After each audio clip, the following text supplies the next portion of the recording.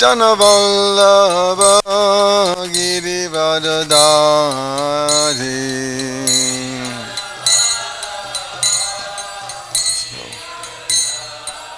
Yasudanandana Vraja Janaranjana Yasudanandana Vraja Janaranjana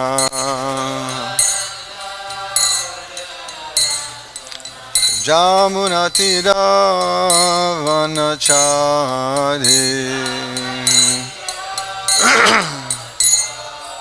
Jamunatira Vanachari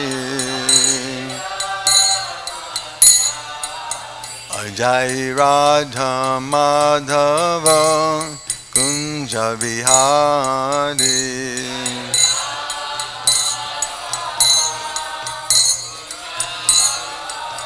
Jai Radha Madhava Kunja Vihari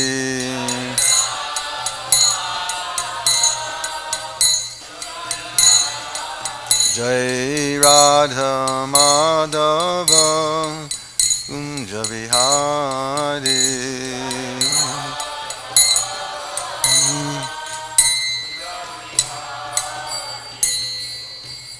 Jai Om Vishnupad Paramahansa Parivāja Astu Taradasi Srimad His Divine Grace of High Charanarvind Bhaktivedanta Swami Prabhupada Ki Jai. Can be relief on their charges, Divine Grace Srila Prabhupada Ki Jai.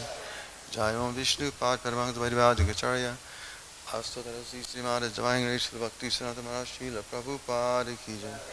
Grantaraj Srimad Bhagavatam Ki Jai. Harinam Sankirtan Ki Jai. Nitai Gaura Premanande. All glories to the Summil devotees. All glories to the Summil devotees. All glories to the Summil devotees. All glories to Sri Guru and Gauranga.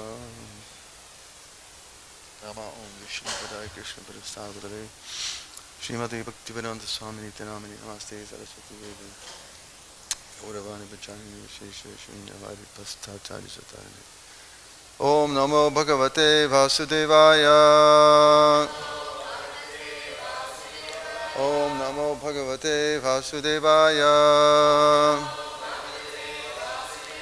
Om Namo Bhagavate Vasudevaya Narayana Namaskritya Naranchaiva Narottamam Deving Saraswati Vyasam Tato Jayamudirayet Nasta Prayeshu Abhadreshu Tim Bhagavata Sevaya Bhagavati Utama Shloke Uttir Bhavadi Naishtaki Idam Bhagavatam Nama Parana Brahma Samitam Uttama Shloka Charitam Chagvar Bharbangan Rishi Ishayasaya Lokasya Dhangyam Sastayanam Mahat.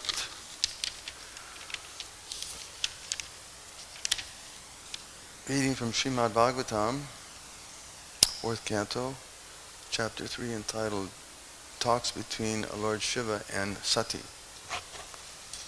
Today we have a couple verses that do not have purport, so I'll just read the verses and then we'll do today's shloka together. Text number 13, translation. O best of the demigods, how can the body of a daughter remain undisturbed when she hears that some festive event is taking place in her father's house? Even though you may be considering that I have not been invited, there is no harm if one goes to the home of one's friend, husband, spiritual master, or father without invitation. Text number 14, translation. O immortal Śiva, please be kind towards me and fulfill my desires. You have accepted me as half of your body, therefore please show kindness towards me and accept my request. Text number 15. ṛṣir uvāca evaṁ giritraḥ pratyabhyadhatta evaṁ giritraḥ priyayābhibhāṣitaḥ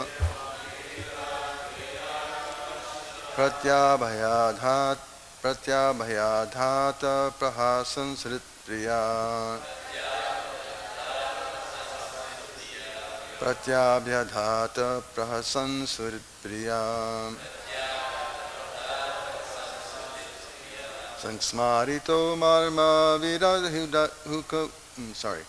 saṁsmārito marma-bhidaḥ kuvāk-iṣūn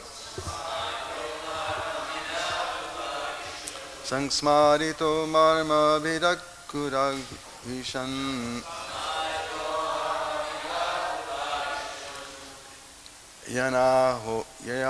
yanāḥako viśva-sṛjāṁ samakṣataḥ yanāḥako viśva-sṛjāṁ samakṣataḥ ṛṣir uvāca evaṁ giritraḥ pratyabhyadhatta pratyabhyadhatta prahasan suhṛt-priyaḥ saṁsmārito marma-bhidaḥ kuvāk-iṣūn yanāḥako viśva-sṛjāṁ samakṣataḥ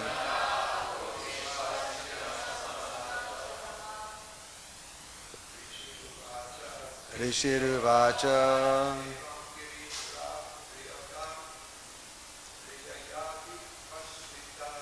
evaṁ giritraḥ priyayābhibhāṣitaḥ pratyabhyadhatta prahasan suhṛt-priyaḥ saṁsmārito marma-bhidaḥ kuvāg-iṣūn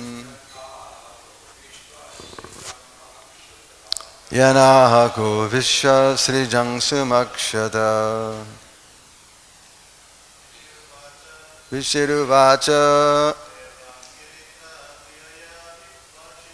evaṁ giritraḥ priyayābhibhāṣitaḥ pratyabhyadhatta prahasan suhṛt-priyaḥ saṁsmārito marma-bhidaḥ kuvāk-iṣūn yanāḥako viśva-sṛjāṁ samakṣataḥ ṛṣir uvāca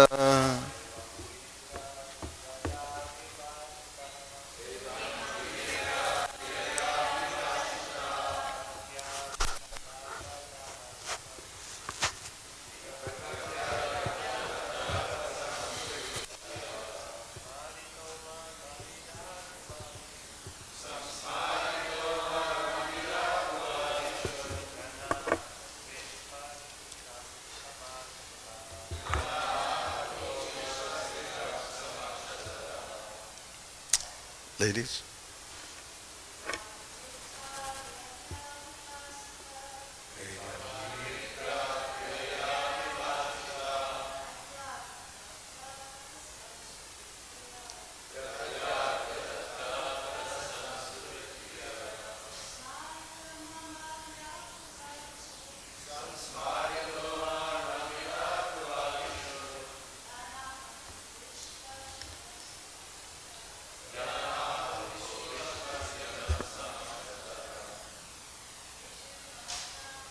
ṛṣir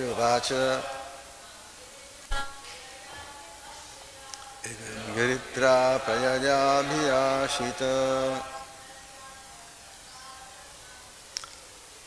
pratyabhyadhatta prahasan suhṛt-priyaḥ saṁsmārito marma-bhidaḥ kuvāk-iṣūn yanāḥako viśva-sṛjāṁ samakṣataḥ ṛṣir uvāca evaṁ giritraḥ priyayābhibhāṣitaḥ pratyabhyadhatta prahasan suhṛt-priyaḥ saṁsmārito marma-bhidaḥ kuvāk-iṣūn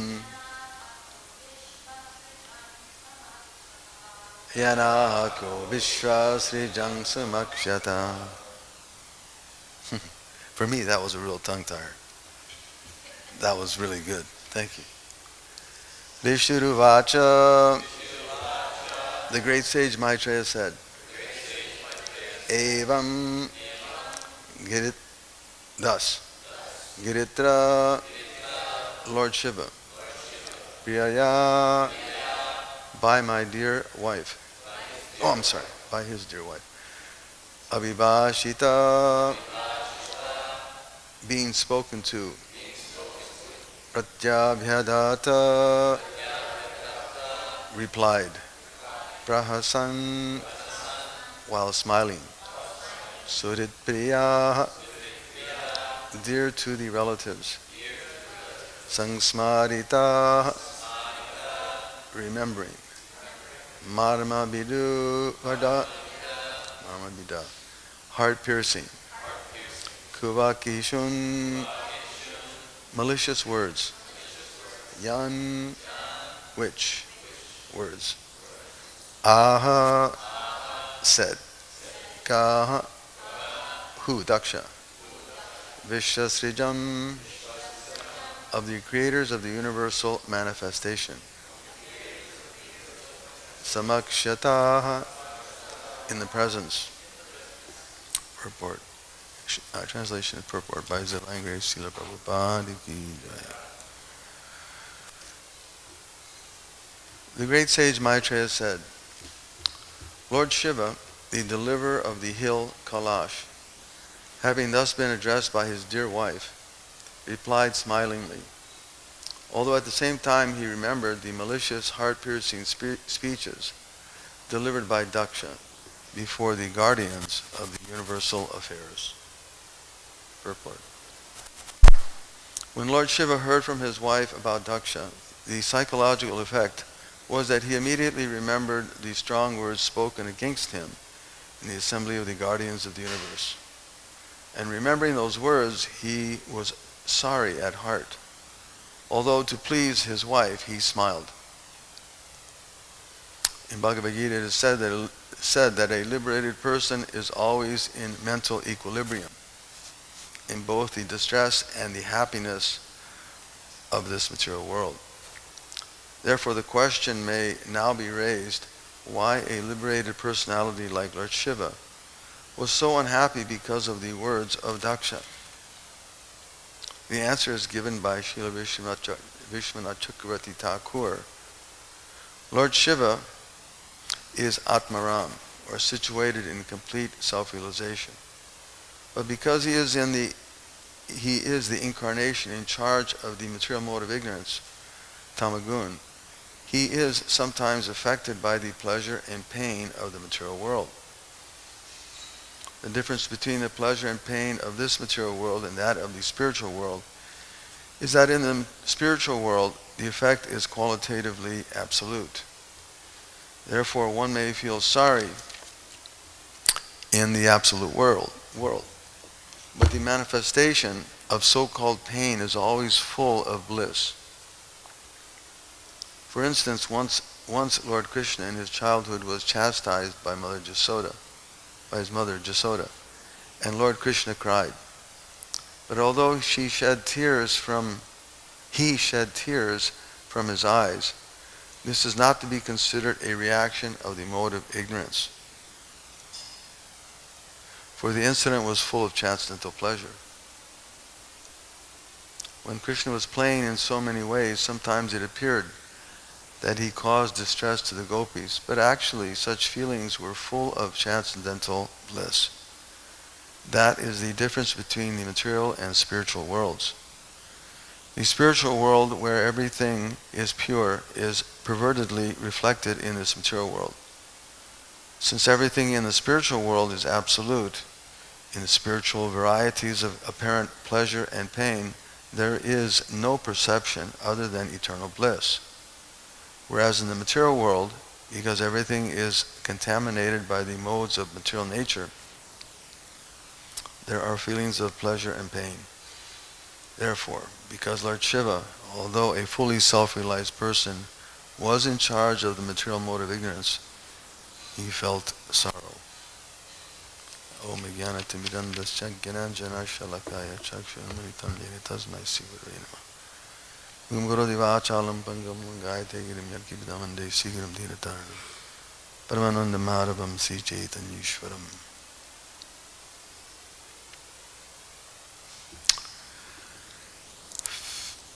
So in the material world, there's a saying that words matter.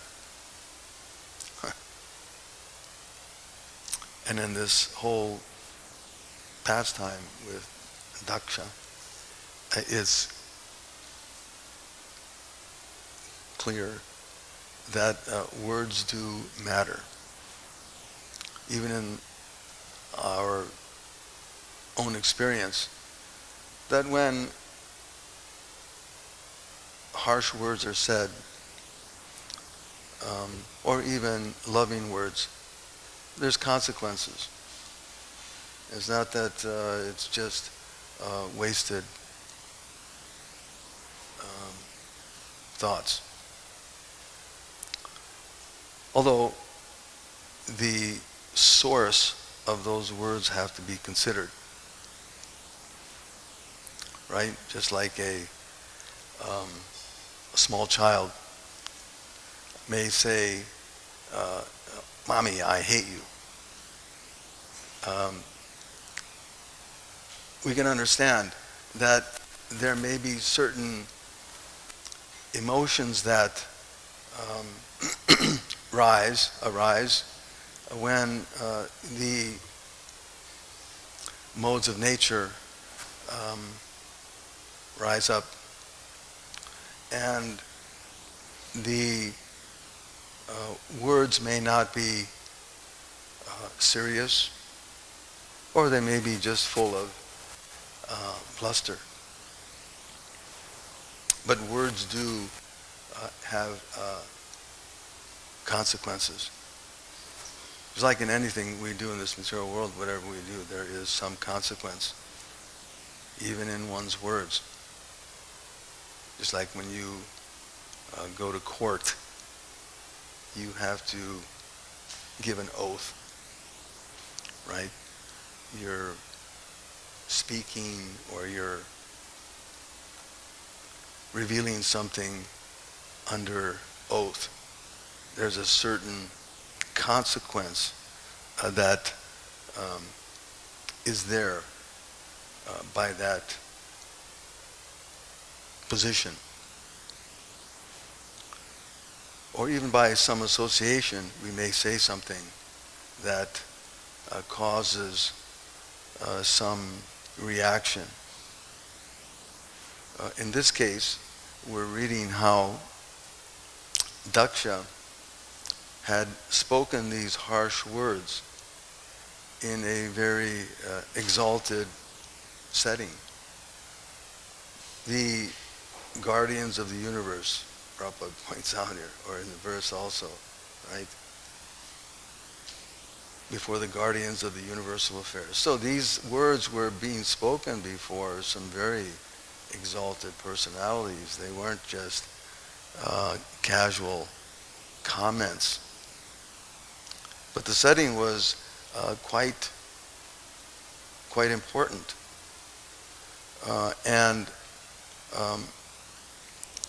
Lord Śiva, as Prabhupada points out here, was very sorry. Although to please his wife, because sometimes when words are spoken before someone, there's different considerations that have to be made. And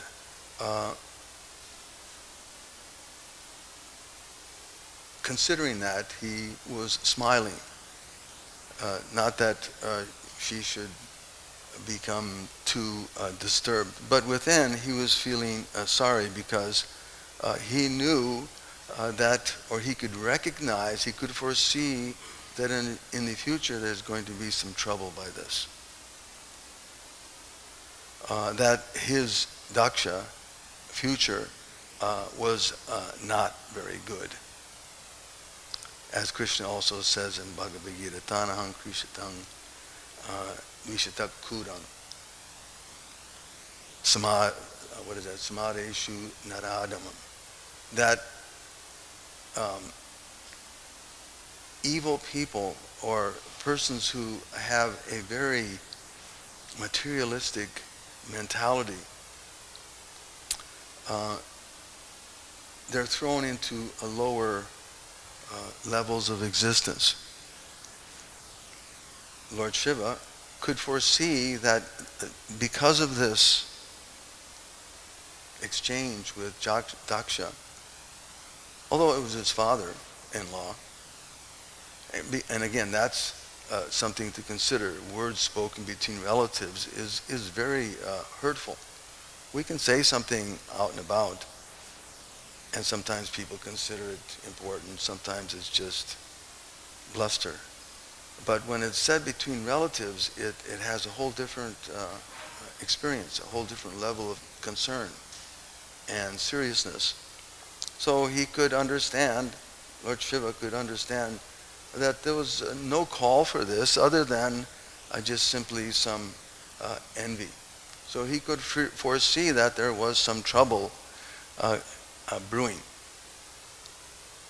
And but just to appease his wife, he replied smilingly, and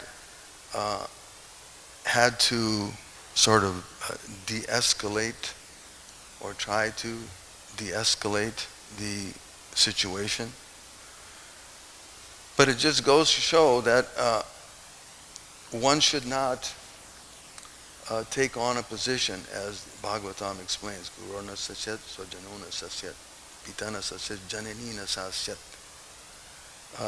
One should not take on a position of spiritual master or father, mother, or demigod.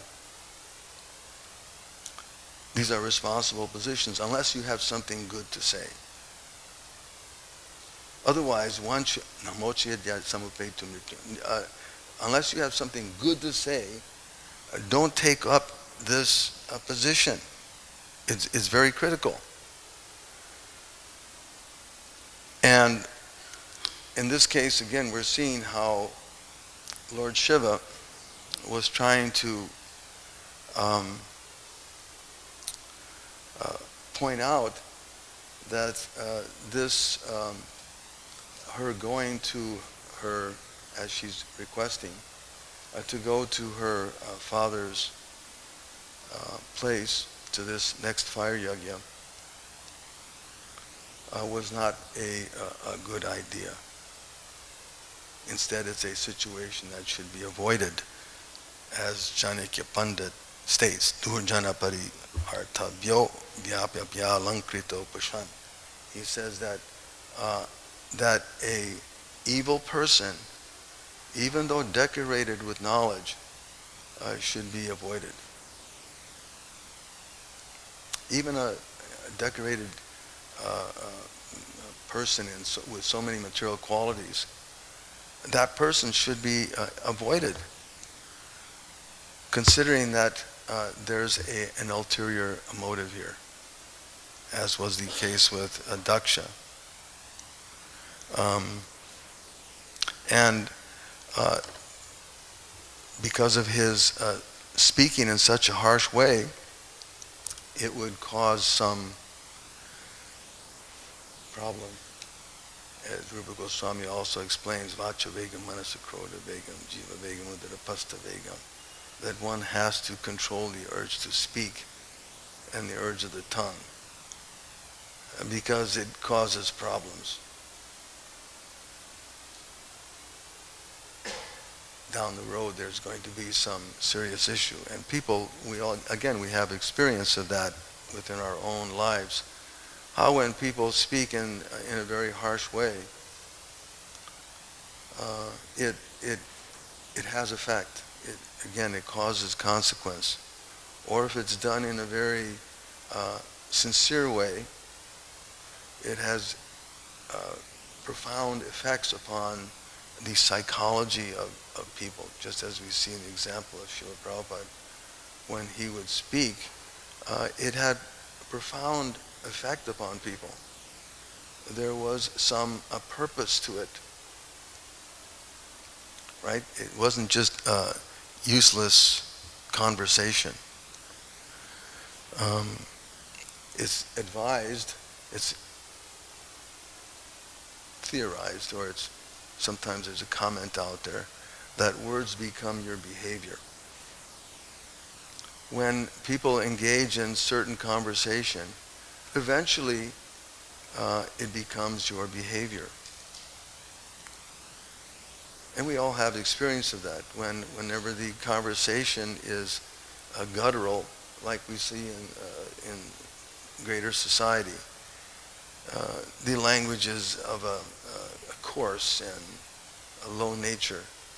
People eventually they act like that as well.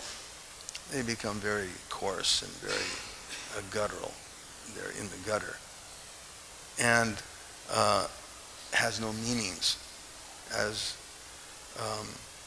the Bhagavatam tells us, Shrutavya-dini rajaninam shanti sahasrasha, that those who are materially engrossed are blind to the ultimate truth. They're blind to those things which are of true value. And therefore they have many subject matters for hearing. They want to hear a lot of stuff, and there's so much media out in the world. And it's obvious that people are controlled by it. Instead of thinking within their own person what is good and what should not be done, what should be done. Instead, they're controlled by the conversation, and as a result, they're full of shoka, moha, bhaya, right?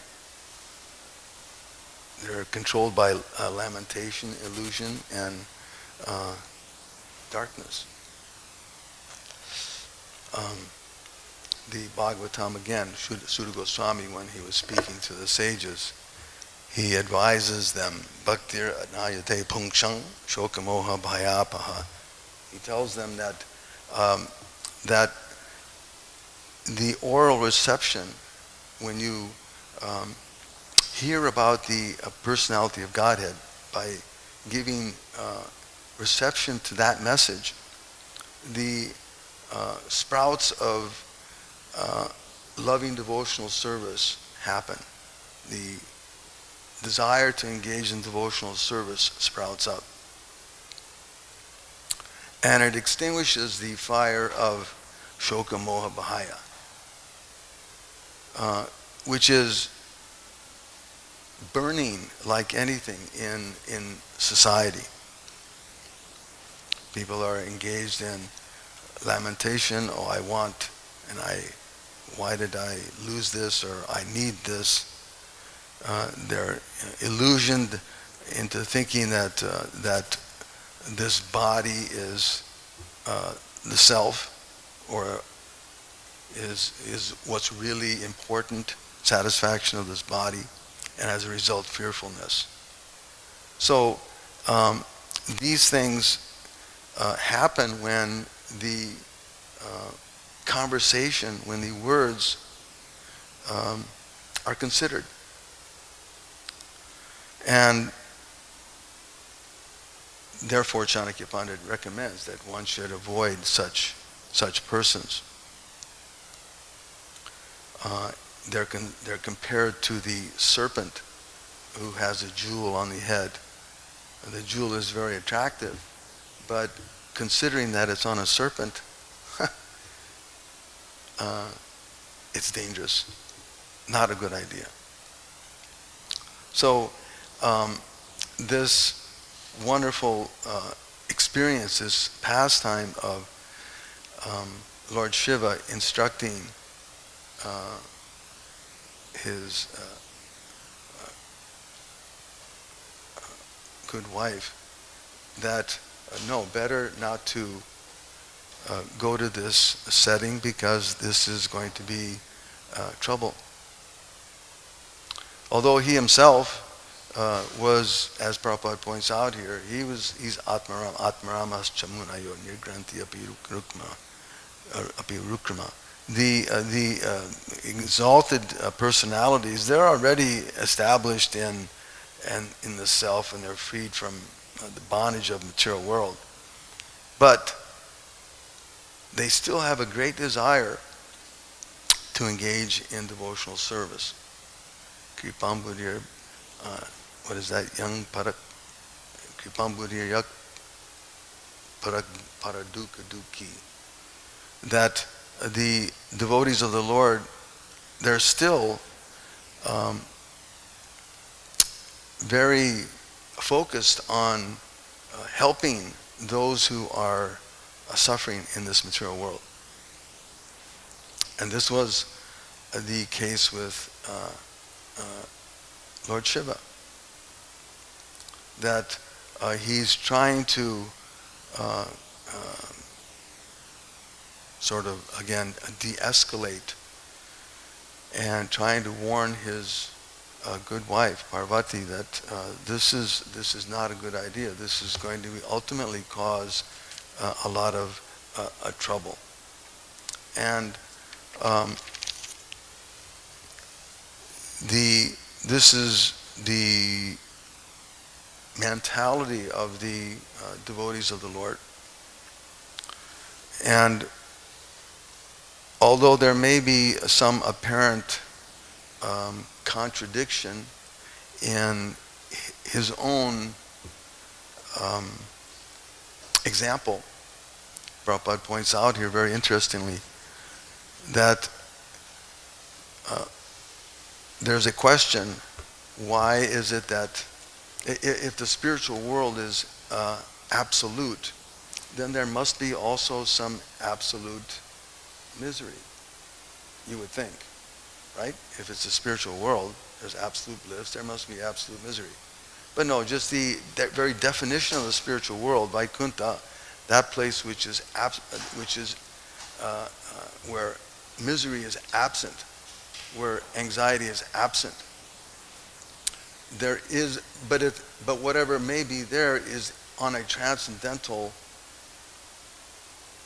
What may seemingly be there is actually a transcendental experience. As Prabhupada points out here, since everything in the spiritual world is absolute, the spiritual world has apparent pleasure and pain. There is no perception other than eternal bliss. Whereas in the material world, everything is contaminated by the modes of material nature. Therefore, because Lord Shiva, although a fully self-realized person, Atmarama, but in charge of the material mode of ignorance, he felt sorrow. And that is again the example of the devotee of the Lord. They're concerned for the suffering condition of the living beings, and they try their best to deliver them. And he gives her some very wonderful instructions as the story goes on. And those instructions are also meant for us. I know that Suvas was going to say something about Ram Das this morning, so we're going to end there and listen to some nectar. Janakama, thank you for a nice class. Yeah, just want to say a few things about Ram Das Prabhu. Most of us in this room know something about him, but there's a few that don't. That's his photo there on the feet of Srila Prabhupada. He was a very nice devotee here. He passed away in the year 2000, so it's been like 25 years, a long time. So at this particular time, we'd like to just remember some things about Ram Das Prabhu. He was the head pujari here in New Dwarka. he had other services. He began as a, what would you call, like PR man.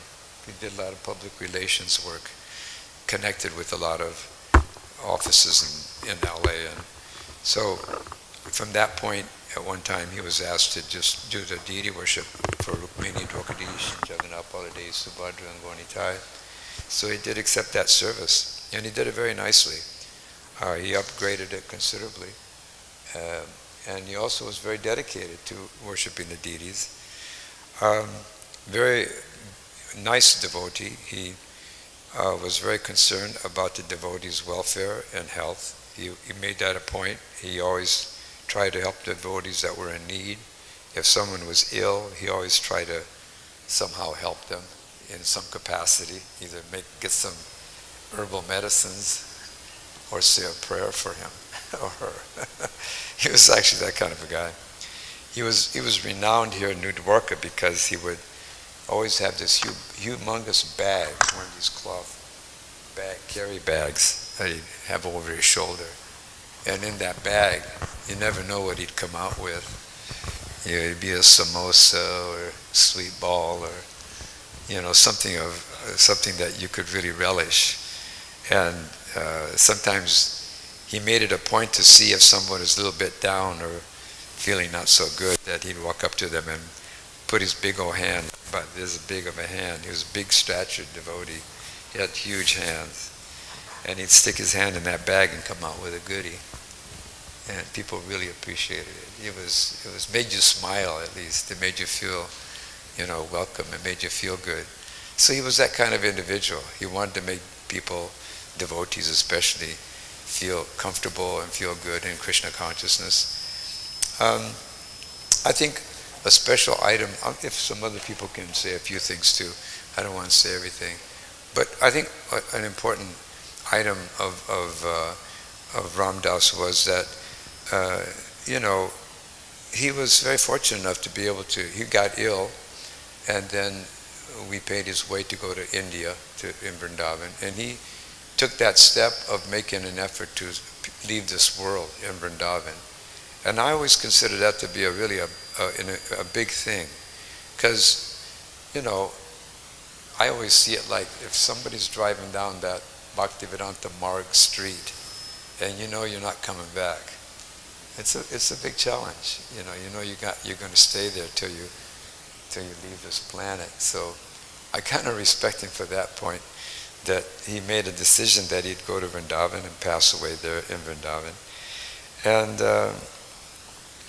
there's what do they say?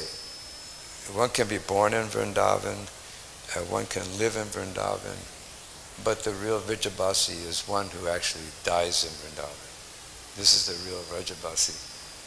And so he really had that opportunity. I think it's a very amazing opportunity. In those days, it was kind of it was a rare thing, because not so many devotees were really passing away or leaving this world. But these days, this is happening more and more often. More and more devotees are going to Vrindavan and leaving the planet. And what a glorious effort that is on their part. So, just remembering Ram Dass in that particular capacity, a wonderful devotee who cared about people, their health, their spiritual life, was very dedicated to worshiping Rukmini and Dwarkadish, and who actually was very, very himself a very sincere devotee. He tried his best to become a very solid, wonderful devotee in Krishna consciousness. So, anybody else like to say something? Am I the only one that knew him? Who's that?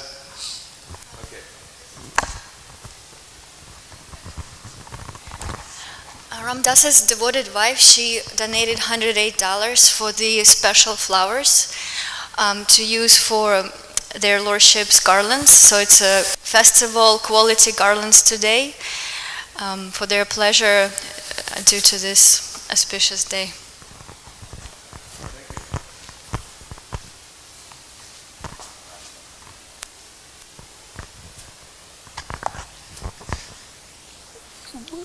Ramdas Prabhu, the way he conducted himself with the devotees was amazing, because for us, those who were living at that particular time, he was like a father, older god brother, or like a mother in one sense. He used to cook for us and feed us. When we opened up a center in Fullerton, just the beginning, was no temple at all, was one little humble house.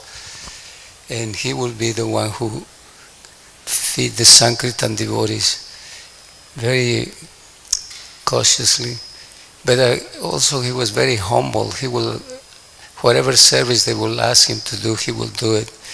He even tried to go in Sankirtan, and sometimes it made me laugh. He had some good experience. I got some good experiences with him. He was a very, very tall devotee, tall. So when he will talk to some people of my size, he will bend down like that to reach, and the devotees will, the person there, when he was reciprocating with this particular person, he says, would you like to accept this magazine? And then the person looked at him like that, and then he said, okay, thank you. He says, would you like to give a donation? And the person pulls out a quarter, 25 cents, and gave it to him. And Ramdas said, thank you very much, thank you, I'm so thankful. And then he looked at me, he said, this person already started his way back to Godhead. You know, and he will go and sell candles, because we used to do some paraphernalia sometimes, candles door to door, and he will do whatever was required at that time to do. And also, what I really appreciate from him was his care for the devotees, not just because he was in charge of the Pujari room, but he will be like a counselor. If anything, any problem you're going through, he will just counsel you and talk to you. And he always liked to help devotees with alternative medicine. He didn't mess around so much with the traditional, medicines outside. So he had his like little go down place, like a room where he had all kinds of medicines to help the devotees. And he was married with Krishna Kumari, and good team, and he ended up being in Vrindavan as a payment a reward from Sri Rumini Dwarkadis. And we actually had quite a few devotees, like Kushakrata Prabhu also, Radhapati Prabhu, Kushakrata Prabhu, and a few other ones who were part of this community who ended up in Vrindavan. So it's an inspiration for all of us to see that somehow there are some devotees, they're being rewarded nicely there. Ramdas Prabhu ki jai.